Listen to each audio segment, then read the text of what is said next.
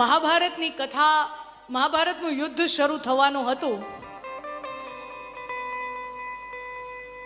એની પહેલા ભગવાન શાંતિદૂત બનીને આવ્યા છે હસ્તિનાપુર. પ્રસ્તાવ નિષ્ફળ ગયો, દુર્યોધન માન્યો નહીં, અને પછી ભગવાન વિદુરજીના ઘરમાં બેઠા છે. આપણે કથા જાણીએ છીએ કે દુર્યોધને મેવા બનાવીને રાખ્યા, 56 ભોગ બનાવીને રાખ્યા. ભગવાન એની થાળી ન જમી અને દુર્યોધનના ઘરે સાદું જમણ જમ્યા.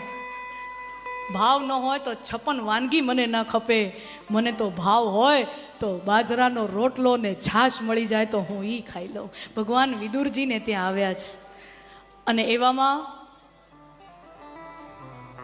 એક દ્વારપાળ અંદર આવ્યો છે. વિદુર બેઠા છે, શ્રી કૃષ્ણ બેઠા છે, એમાં દ્વારપાળ આવ્યો અને વિદુરને કહે છે, વિદુરજી, અંગરાજ કર્ણ આવ્યા છે.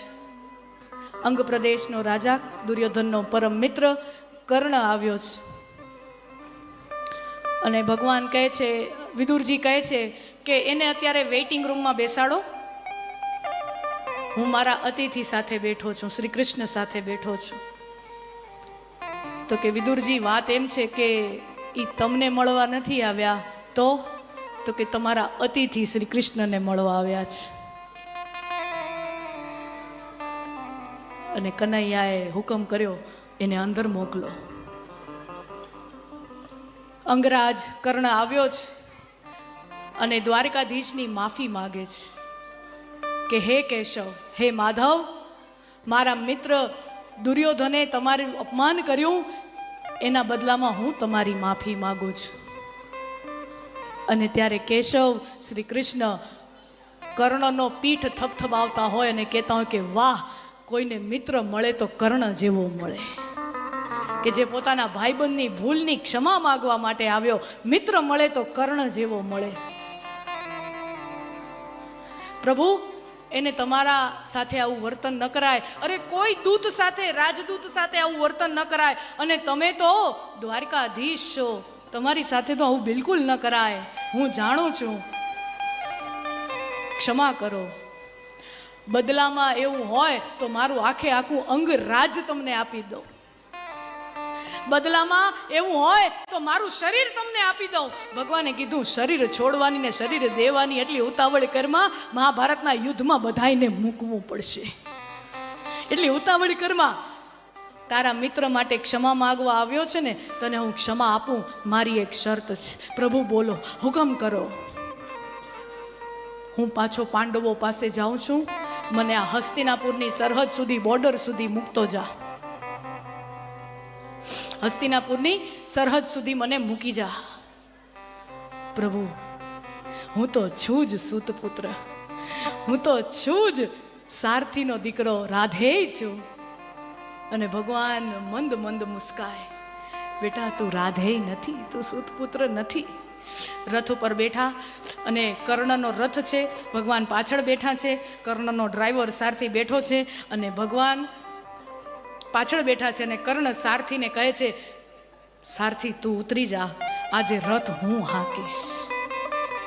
કોઈ મહાન વ્યક્તિ આપણા ગાડીમાં બેઠું હોય, કોઈ મોટું વ્યક્તિ ગાડીમાં બેઠું હોય તો કર્ણ એટલી આચાર સંહિતા રાખે છે, ગાડી હું ચલાવીશ. અને પછી કર્ણ રથ ચલાવે છે અને પાછળ શ્રી કૃષ્ણ બેઠા છે. અને પછી બરાબર હસ્તિનાપુરના સિટી એરિયામાં, નગર વિસ્તારમાંથી બહાર નીકળ્યા, જંગલ વિસ્તારમાં આવ્યા અને ભગવાને બરાબર લાગ જોયો કે અત્યારે મોકો છે. અને ભગવાન કહે છે, હવે જોજો ભગવાનની વાત માંડવાની વસ્તુ જુઓ. પહેલાં તો એમ કહે છે કે આ દુર્યોધન માન્યો નહીં, ભીષણ યુદ્ધ થશે. ભગવાન કહે છે, મહાભારતની અંદર વર્ણન છે, ભીષણ યુદ્ધ થશે, કરોડો ક્ષત્રિયોનો નાશ થશે, કરોડો વિધવાઓ હશે, કરોડો નાના ભૂલકાઓ બાપ વિહોણા બની જશે અને આખું પ્રજાતંત્ર ખોરવાઈ જશે. એટલે પેલા બીવડાવે છે, પેલા આખું વિકરાળ દ્રશ્ય રાખી દીધું, જોતું આટલો ડોખો થવાનો છે. અને પછી ભગવાન ધીરે ધીરે વાતો કેવી કરે, આમ થશે, તેમ થશે, અને પછી એમ કે છે, પણ આ બધું અટકી શકે છે. કેવો રસ જાગે. તમને કોઈક એમ કે તમને વેપારમાં કરોડોનો નુકસાન થાય એમ છે, આમ થાય એમ છે. સમજો, તમારો સીએ બેઠો હોય અને તમને એમ કે તમને આમ કરશો આમ નુકસાન થાય એમ છે, 1 નુકસાન 2 નુકસાન 3 5 નુકસાન ગણાવે, પણ આમાંથી તમે બચી શકો તો તમે કેવા આમ થઈ જાઓ? હે, થાય ને? પછી ભગવાન વાત કરે છે, આ બધું અટકી શકે છે. કર્ણને રસ જાગ્યો. અને તને ખબર છે આ બધું અટકાવી કોણ શકે છે? કર્ણ. આ બધું તું અટકાવી શકે એમ છો. વિચાર કરો, માણાને કેટલો પાવર આવે ને. ઓહો, તમે વિચાર કરો, સમાજમાં બહુ બધા ડખા હાલતા હોય અને કોઈ એમ કહે કે તમે જ છે ને આ બધું નિવારણ કરી શકો એમ, તો તમને કેવી મજા આવે તો વિચારો. પાવર કેટલો ફીલ થાય, મારામાં આટલો પાવર છે. અને કર્ણને એ પાવર ફીલ કરાવે છે, એનો ઈગોને પંપાળે, એના અહંકારને પંપાળે. શું કામ? કારણ કે પોતાનું કામ કઢાવ. માણા પાસે ધાર્યું કામ કરાવવું હોય ને તો એના અહંકારને પંપાળો. કોઈ માણસ પાસે ધાર્યું કામ કરાવવું હોય તો એના અહંકારને પંપાળો. કૃષ્ણ કર્ણના અહંકારને પંપાળે. આ બધું તું રોકી શકે એમ છે, તારા હાથમાં જ છે. દુર્યોધનને સમજાવી દે, આ યુદ્ધ નહીં થાય. અને પછી કારણ આપે છે, ખાલી અહંકારથી નહીં, પછી સોલિડ કારણ આપે છે કે એક વાત સાચી કહું, તું રાધેય નથી, તું સૂતપુત્ર નથી, તું કૌંતેય છો. કુંતીનો મોટો દીકરો તું છો. યુધિષ્ઠિર બીજા નંબરે છે, પહેલા નંબરે તું છો. મોટો દીકરો તું છો. હવે વિચાર કરો, આ વાત ભગવાન કૃષ્ણ કર્ણને પેલા નો કહી શક્યા હોત? પાંડવો 13 વર્ષ વનમાં હતા ત્યારે ન કહી શક્યા હોત? રોજ ભેળા થતા દ્વાર હસ્તિનાપુરમાં. કોઈ દી કીધું? ટાણે આવે ને તઈ પત્તા ખોલાય, ટાણું આવે તઈ પત્તા ખોલાય. અને અત્યારે ટાણું છે, ભગવાન બધાય પત્તા બિછાવીને બેઠા છે કે તું કૌંતેય છો, કુંતી પુત્ર છો. હવે જોજો આ વસ્તુ કે ભગવાન કેટલા ચતુર છે. આ પત્તું ફેંક્યું, આ બાજી રમી. સમજો કર્ણ માન્યો નહીં. 2 વસ્તુ થાય ને, એ બાજી રમી તો એક વસ્તુ કાં કર્ણ માની જાય અને હથિયાર હેઠા મૂકી દે, યુદ્ધ ટળી જાય તોય સારું ને, યુદ્ધ ટળી ગયું. અને માની લ્યો કે કર્ણ માનતો નથી, તો એના મનમાં એક બીજ વાવી દીધું કે આ સામે અર્જુન છે ને એ તારો હગો ભાઈ છે. હો, ઈ તારો ભાઈ છે. એટલે ઓલા કર્ણને એની સામે આમ ધનુષ આમ કરતા આમ અંદર જરાક તો કંપારી ફૂટે કે આ મારો દુશ્મન નથી, આ મારો ભાઈ છે. એટલે વસ્તુ એના મનમાં વાવી દીધું. અને પછી લાલચ આપે. જો અહંકારને પંપાળિયાથી કામ ન થાય તો પછી બીજું પત્તું છે, લાલચ આપો. લાલચ આપો. લાલચ શું આપી? આ બાજુ હાલ્યો આવો, આ બાજુ ગઠબંધનની સરકાર બનાવી દે. ऐसा ही होता है ना, जब पूर्ण बहुमत नहीं मिलता है तो बिहार और तमिलनाडु, बिहार तमिलनाडु,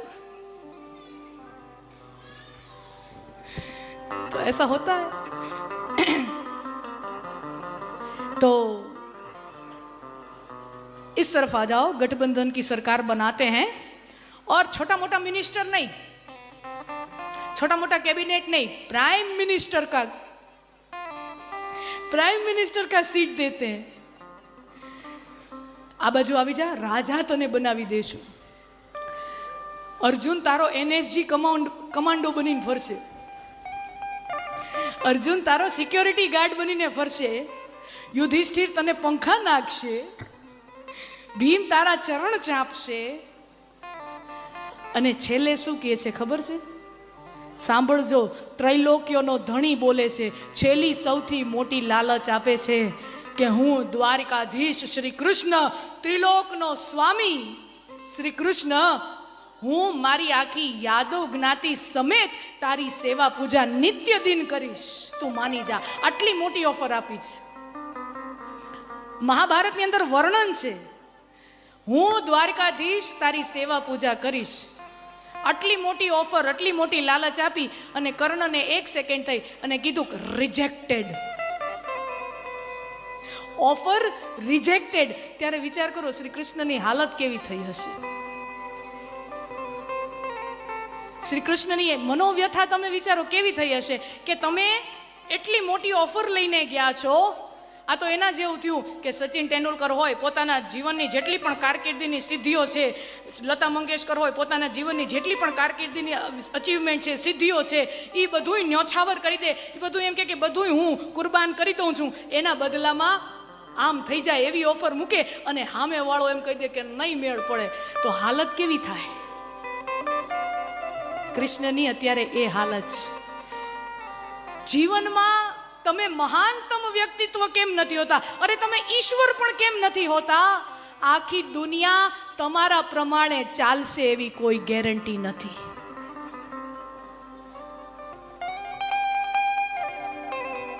કર્ણએ ના પાડી દીધી, રિજેક્શન. થોડીક સમય પહેલા દુર્યોધને ના પાડી દીધી, કર્ણએ ના પાડી. જીવનમાં આપણે ગમે તેટલા મહાન કેમ ન હોય, આપણને રિજેક્ટ કરવા વાળો, આપણને ઠુકરાવી દેવા વાળા વ્યક્તિઓ હોય છે. ત્યારે શું નાસીપાસ થઈ જાઉં, હતાશ થઈ જાઉં, ડિપ્રેશનમાં આવી જાઉં? શ્રી કૃષ્ણ પણ હાર્યા છે, કિતની બાર હારે હે. એક એક કથા ઉપાડું, કેટલી કેટલી વખત હાર્યા છે, પણ થાક્યા નથી, પાછા ઊભા થઈને બેઠા થઈ ગયા છે. ये श्री कृष्ण है, ये कथा है. तो પછી કર્ણ ઠુકરાવી દે છે ઓફર.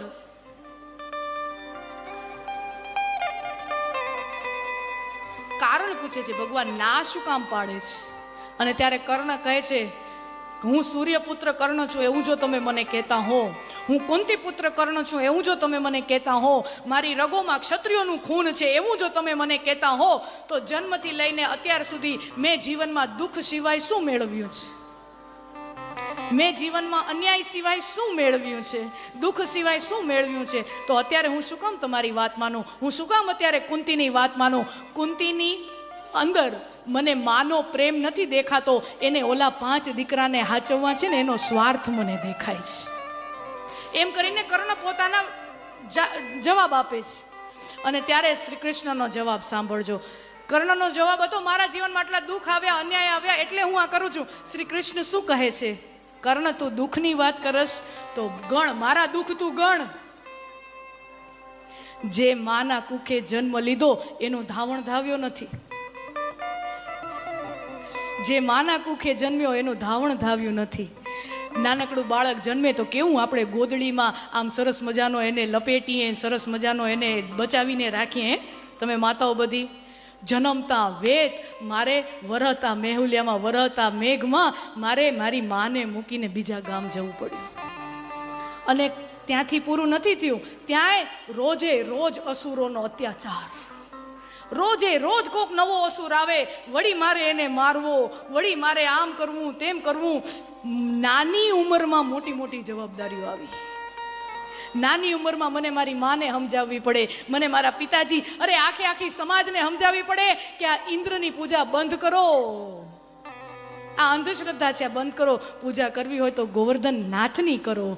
આખા ગામને, આખી સમાજને સમજાવવું પડ્યું. નાની ઉંમરે મોટી જવાબદારી આવી. તરુણ અવસ્થામાં આવ્યો ત્યાં ખબર પડી કે આજ સુધી હું જેને મા બાપ ગણતો હતો એ તો મારા મા બાપ નથી. 13-14 વર્ષનો થયો ત્યારે ખબર પડી કે જેને હું મારી માં ગણતો હતો એ મારી માં નથી. તો વળી ગયો હું મારી માં પાસે મથુરા, અને મથુરા ગયો તો ખબર પડી કે મારી માં તો જેલમાં બંધ છે, કારાવાસમાં મારા માતા પિતા બંધ છે. એને જો છોડાવવા હોય તો મામાને મારવો પડશે. મારા માતા પિતાને છોડાવવા હોય તો મામાને મારવો પડશે.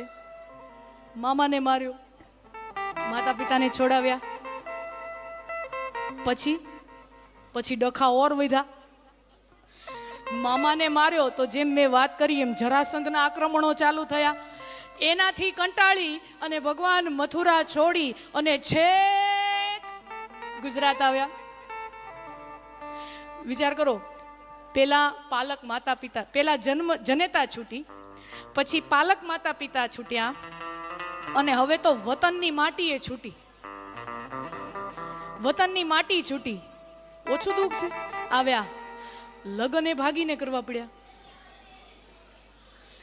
લગન ભાગીને કરવા પડ્યા ને હાળો નળે. જીવનમાં ડગલે ને પગલે મેં દુઃખ જોયા છે, પણ એનો મતલબ એ નથી કે આપણે અધર્મના પલડામાં જઈને બેસીએ. શ્રી કૃષ્ણ જવાબ આપે છે કર્ણને. કર્ણ કહે છે ને કે મેં દુઃખ જોયા, અન્યાય જોયો. અને ત્યારે શ્રી કૃષ્ણ કહે છે તે દુઃખ જોયા એના કરતા મેં વધારે દુઃખ જોયા. પણ એનો અર્થ એ નથી કે અધર્મના પલડામાં જઈને બેસી જાઓ. એનો અર્થ એ નથી.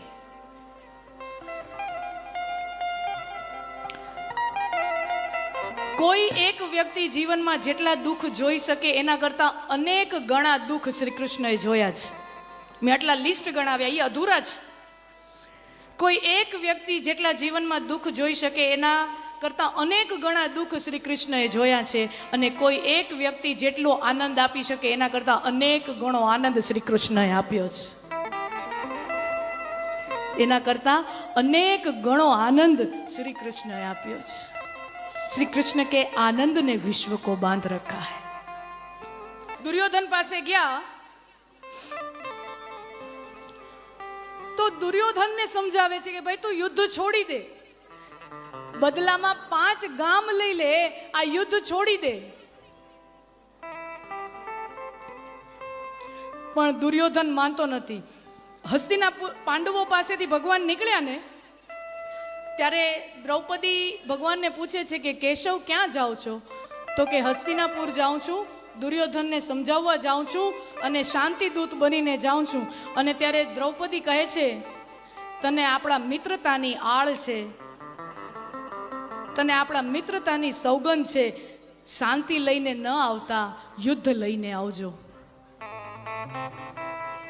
અને કૃષ્ણ કહે છે હે કૃષ્ણ, હે દ્રૌપદી પાંચાલી, યુદ્ધ જ લઈને આવું છું.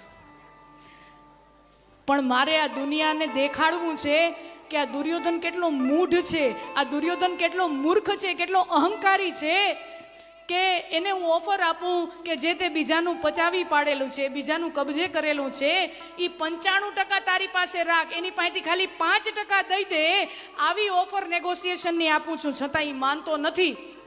એટલે પછી દુનિયા જોશે ને પછી એમ કહે છે કે આ તો ધોકાવાને જ લાયક હતો. તો દુનિયા કહી શકે કે આ તો ધોકાવાને જ લાયક છે. એટલા માટે જાઉં છું. मैत्री का मूल्य समझाने को, दुर्योधन को समझाने को भगवान हस्तिनापुर आए, पांडवों का संदेशा लाए. दो न्याय अगर तो आधा दो, लेकिन इसमें भी यदि बाधा हो तो दे दो केवल 5 ग्राम, रखो अपनी धरती तमाम, हम वही खुशी से खाएंगे, परिजन पर असी न उठाएंगे. दुर्योधन ये भी दे न सका, आशीष समाज की ले न सका, उल्टे हरि को बांधने चला.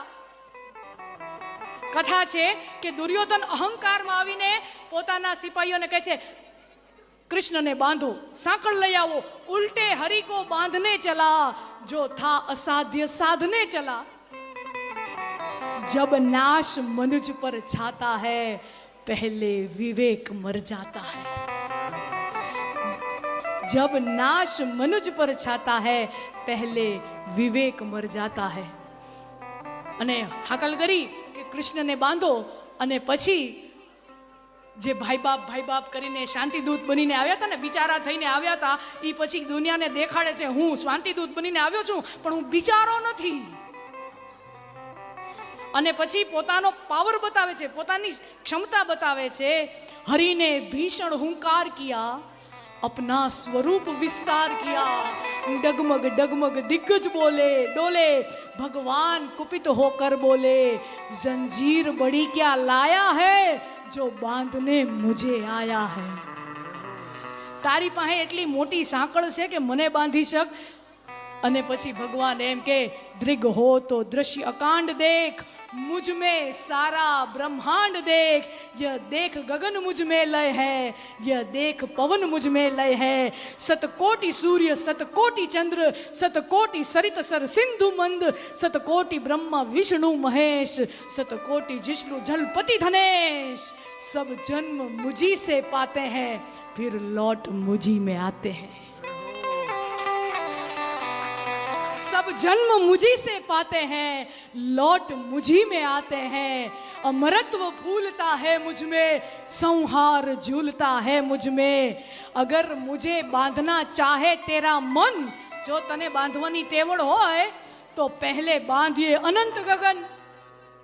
पहला आकाश ने बांध, सुने को साध न सकता है, वो मुझे बांध क्या सकता है। અને પછી ભગવાન જતા જતા કહે છે, हित वचन न तूने माना, मैत्री का मूल्य न पहचाना, तो ले मैं अब जाता हूँ, अपना अंतिम संकल्प सुनाता हूँ। याचना नहीं अब रण होगा, जीवन जय या कि मरण होगा, जीवन जय या कि मरण होगा। હવે આ દ્વારકાધીશ ભીખ નહીં માંગે, યાચના નહીં માંગે, આ દ્વારકાધીશ હવે યુદ્ધ લઈને આવશે, યુદ્ધ લઈને આવશે। ये श्री कृष्ण है। શાંતિથી વાત થતી હોય તો થાય, નહીતર યુદ્ધ જો અનિવાર્ય હોય તો એ યુદ્ધ પણ કરતા અચકાતા નથી।